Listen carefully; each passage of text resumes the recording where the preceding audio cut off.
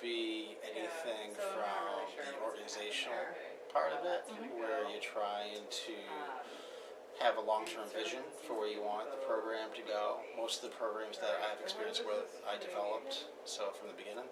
So as far as startup programs, so there's everything from the image and the outreach to the measurement part of it, to demonstrating return on investment, to finding funding.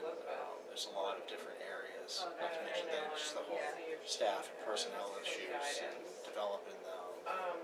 So there's a lot. So I think organizational skills would be essential, and also analysis skills.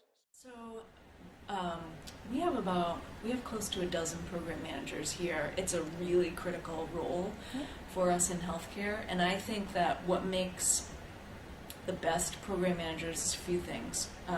One, having really good organizational skills and being able to multitask and being able to have lots of balls in the air, because even with one project, there are usually multiple mini projects that are going on to make that program come together. And so you have to be highly, highly organized.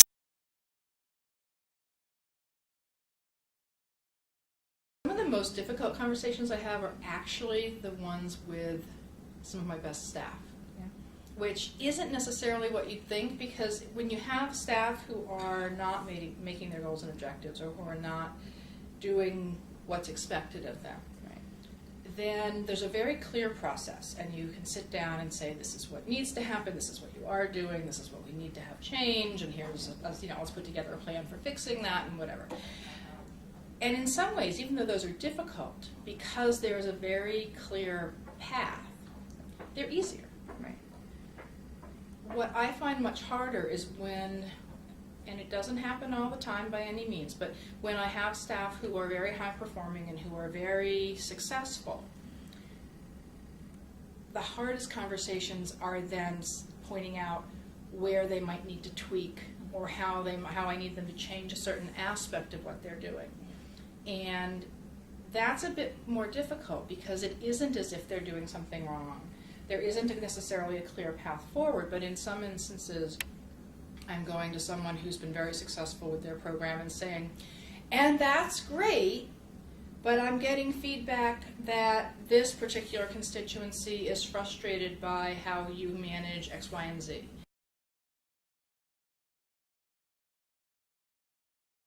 And then I like to read any other kind of background material that may inform that process. So if there's a strategic plan, if the project is specifically related to a strategic plan or some other goal, because again, it makes sense to, if you're working on the project, to make sure that you know where the touch points are, and then it makes it stronger as a manager that you're reporting back.